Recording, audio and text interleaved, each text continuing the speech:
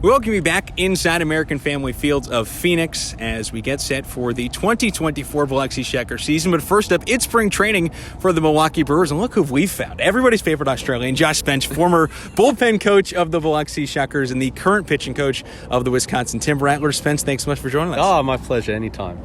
How fun was it last year getting a chance to really have a midseason promotion up to Appleton, join the Timber Rattlers as their pitching coach, and made the dugout for the second half of the year? Yeah, the hat collection definitely grew. So, it was great to get amongst more players, and what a ride. What was it like as well? You start off being in Biloxi, learning the entire Shucker staff, and then all of a sudden it seemed like there was about a 4-day period where you had to learn a whole new pitching staff. What was that like? Yeah, it was definitely interesting. Obviously, you don't see a lot of coaches switching teams during the year.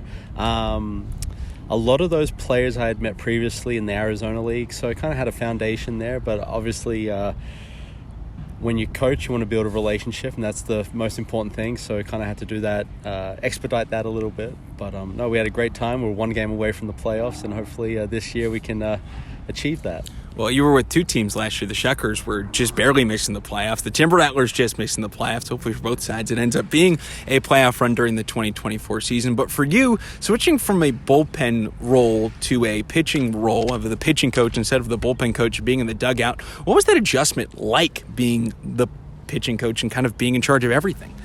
Well, it's like any coaching role, it's a role of service, but it was nice to be back in the dugout, a little close to the action, having a few more conversations with the manager in game.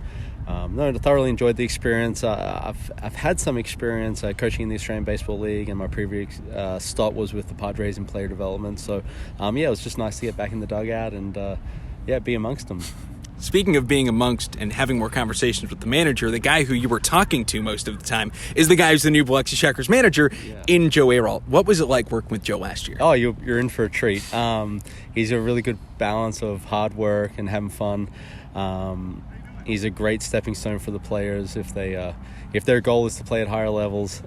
He was an absolute blast to be around. I know I learned a lot from him. He's been around the game for a long time. He's great with the younger players, definitely a player's coach. You can feel the love through the conversations, and he's not afraid to let the umpires know if they made a bad call. So, he's a good time in the dugout. Well, that last part always gets the fans fired up. Oh, yeah.